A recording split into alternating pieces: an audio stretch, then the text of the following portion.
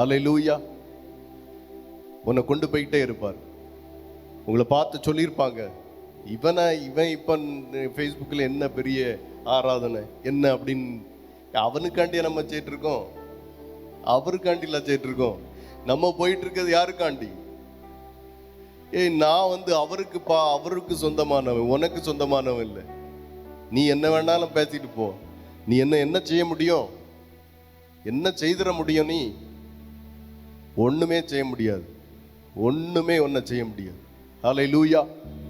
கர்த்தர் உனக்கு இன்னைக்கு ஒரு பெரிய மழை சீசன் முன்மாறி எப்படி பெய்தோ அது ஆவிக்குரிய அர்த்தத்தில் பார்த்தீங்கன்னா 120 பேர் அன்னைக்கு கூடியிருந்து ஜெபிக்கும் போது அன்னைக்கு இறங்கிச்சு ஒரு அபிஷேகம். அந்த அபிஷேகம் இனி பின்மாறி மழை.